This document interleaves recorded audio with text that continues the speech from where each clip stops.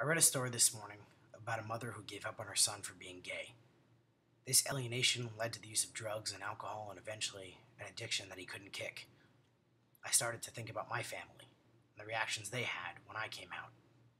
At first, like most families, they weren't prepared to have a lesbian daughter or sister or prepared to welcome my girlfriends.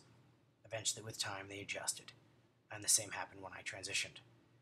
My family had to adjust. Their views of me as their heterosexual daughter or sister were now so far from the truth. My mother has always said that accepting me is a process. It takes time for each and every person that I come out to, and it takes time for me to be ready to tell my story to them. I've been the child who wasn't accepted by their parent, and I have also been the child who was embraced by their family.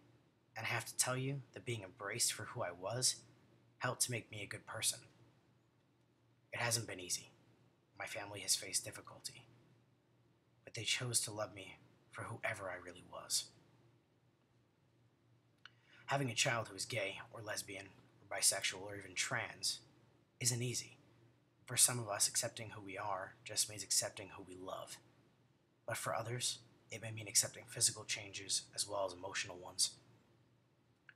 Going back to the story I read today, I can't help but mention that after the death of her son, the mother regretted never embracing him. She regretted that while she always loved him, she didn't let him know that he was loved for exactly who he was. Loving an LGBT youth doesn't mean changing your beliefs or changing your life. It only means allowing them to have their own.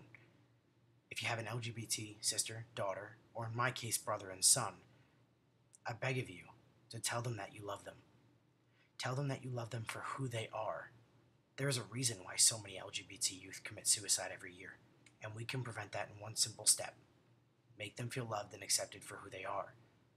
My mother didn't have to give me a safe place to live or the money I needed to become a happy and healthy man, but if she hadn't, I would not be alive today.